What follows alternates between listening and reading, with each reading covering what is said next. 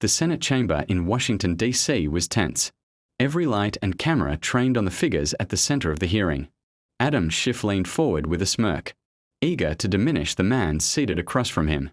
"Captain Traoré," he said with condescension, "with all due respect, this Senate is a place for serious statesmen, not untested revolutionaries." Murmurs rippled through the chamber. Schiff felt confident he had set the tone.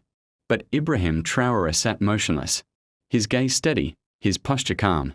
When the whispers died down, his voice cut through the air with clarity. "Senator Schiff, respect is not demanded by position. It is earned by truth." The words silenced the room. Schiff chuckled nervously and tried to regain the upper hand. "That may play well in Ouagadougou, but here we deal with facts, evidence, and integrity." Without changing his expression, Traoré lifted a thick folder from beneath the table and laid it flat on the desk, tapping it once so the sound echoed. "Then let us deal with facts," he said. Schiff's smirk faltered. Traoré opened the folder and slid a stack of papers toward the clerks. Each page carried signatures, transaction records, company seals. "These are fraudulent contracts signed, under your oversight, contracts that robbed not only my people but also the American taxpayer. These are facts." Gasps filled the chamber. Senators leaned in. Journalists raised their cameras. Schiff's hand trembled as he adjusted his glasses. "You cannot possibly," he began. But Traoré cut him short, his tone like thunder. "I can, and I will. You call me untested? Perhaps. But I am uncorrupted. And I ask you, can you say the same?" The weight of his words pressed down on everyone present. Schiff stammered, calling the allegations baseless. But Traoré held up a page and raised his voice. "Here is your signature. Here is the date. Here are the wire transfers. Will you call your own hand a forgery?" The chamber erupted with shock. Schiff's face drained of color, sweat forming on his forehead. He fumbled for his water, spilling it across the table. Traoré leaned forward, calm and steady. "Truth does not ambush," he said softly. "It simply arrives." Schiff shoved his chair back abruptly, the screech of metal against marble echoing across the chamber. He gathered his papers in disarray and staggered to his feet. Without looking back, he walked quickly toward the exit. Reporters shouting questions, cameras flashing.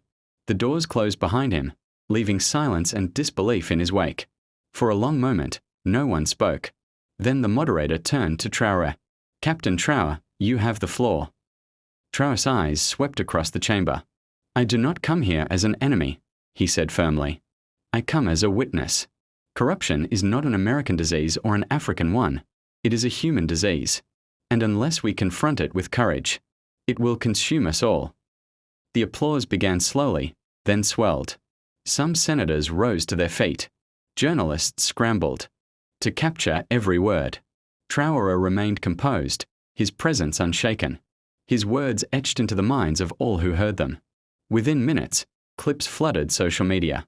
Hashtags like #TraoréTruth and #CourageOverCorruption trended worldwide. Millions replayed the exact moment Traoré demanded. "Will you call your own hand a forgery?" Reactions poured in across YouTube, TikTok, and Twitter, with praise for his courage and composure. Crowds in Ouagadougou celebrated in the streets, while in Washington the corridors buzzed with whispers about who might be exposed next. Analysts called it a turning point. Journalists debated its implications. And citizens across continents shared the same conclusion. Traoré had spoken truth to power, and power had crumbled before him. Days later, the debate still raged. But one reality was clear. Traoré had not just endured the Senate chamber. He had redefined it. His calm defiance became a rallying cry for integrity. His composure a symbol of unshakable dignity. Schiff's silence, his retreat from the chamber, became the loudest admission of all.